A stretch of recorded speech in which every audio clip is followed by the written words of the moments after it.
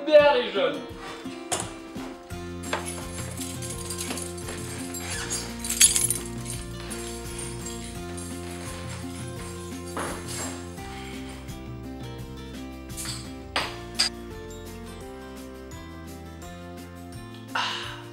Rien de mieux qu'une bonne bière fraîche, les jeunes.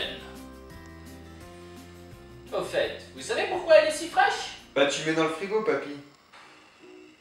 Bon, je vais vous expliquer comment ça marche, les jeunes. Commençons par le commencement. Il y a plus de 2000 ans, l'homme cherchait déjà à conserver sa nourriture, afin de la consommer lorsqu'il le souhaitait. Lors de l'Antiquité, on entreposait sa nourriture, préalablement salée, dans une pièce froide. Le cellier, les jeunes, le cellier. À partir du XVIIe siècle, Nicolas Appert, un Français, invente la boîte de conserve. C'est le premier mode de conservation vraiment efficace. Et ils inventent l'ouvre-boîte un siècle après. C'est seulement au XIXe siècle que les premiers réfrigérateurs voient le jour. Et un siècle plus tard, le réfrigérateur envahit les ménages.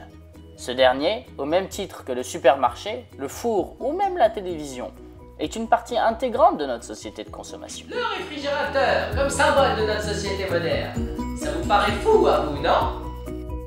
Mais tout ça ne nous dit pas comment cette merveilleuse machine fonctionne.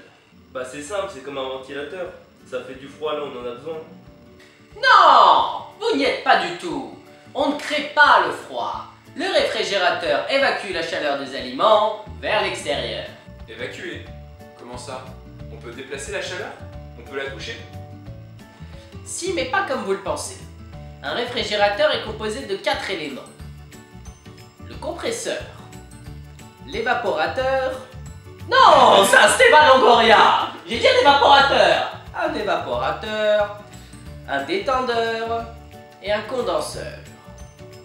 Ces 4 éléments sont parcourus par un fluide frigorigène, ce dernier reproduisant un cycle. Et il fonctionne comment ce cycle? Pour alimenter ce cycle, le réfrigérateur a besoin d'énergie. L'électricité qu'il consomme va être dans son immense majorité utilisée par le compresseur. Ce dernier va faire monter de façon exponentielle la pression du fluide, et ainsi sa température. Ouais mais papy, à quoi ça sert de chauffer le fluide si au final on veut du froid? Non, attends un peu, je vais vous expliquer. Grâce à cette pression, le fluide chaud rentre dans le condenseur. Dans ce dernier, le fluide va entrer en contact avec les parois plus froides, qui ont une grande surface d'échange, et ainsi libérer beaucoup d'énergie. C'est pour cela qu'à l'arrière du réfrigérateur, la température est plus élevée.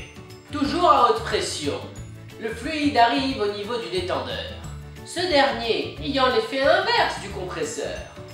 À ce niveau, le fluide va subir une importante baisse de pression et donc de température. Cela est dû à une brutale différence de section. À ce moment-là, il peut y avoir création de givre, qu'il faut tout de suite éliminer. Pourquoi on va enlever le givre? Pourtant c'est froid. Bah ouais papy. Car le givre est un excellent isolant thermique.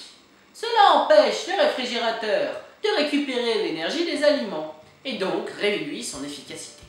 À ce moment-là, le fluide froid sous forme liquide rentre dans l'évaporateur. Il va puiser la chaleur des aliments car ces derniers ont une température plus élevée que la sienne. Ce phénomène physique, vous le connaissez très bien. Il a lieu lors de la sudation ou même la sensation de froid en sortant d'une douche.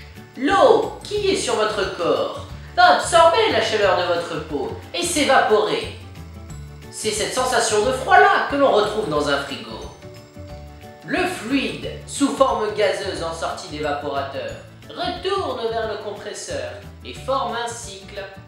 Bon, maintenant les jeunes, il faut que je vous parle de la COP. Pas parce que c'est intéressant, c'est parce que c'est le cahier des charges qui le demande. Bon, la COP, coefficient de performance, c'est, en gros, la puissance absorbée par l'évaporateur divisée par la puissance électrique consommée par le compresseur. Dans le même domaine, il existe l'étiquette énergie. En effet, les frigos représentent jusqu'à 30% des consommations d'électricité d'un ménage français.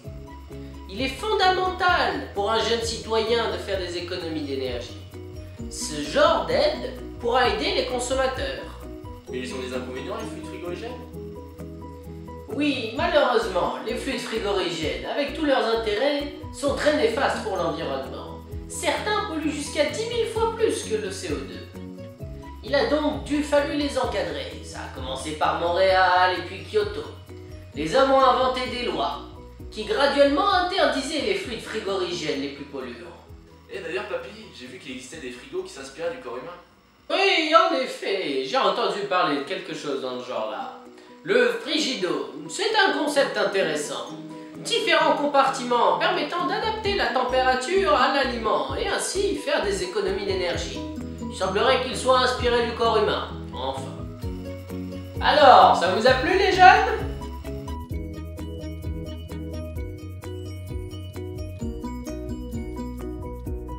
Très bien. J'enchaîne sur l'optimisation de la cristallisation et des propriétés cinétiques et thermophysiques des coulis d'hydrate de CO2 impliqués à la réfrigération secondaire.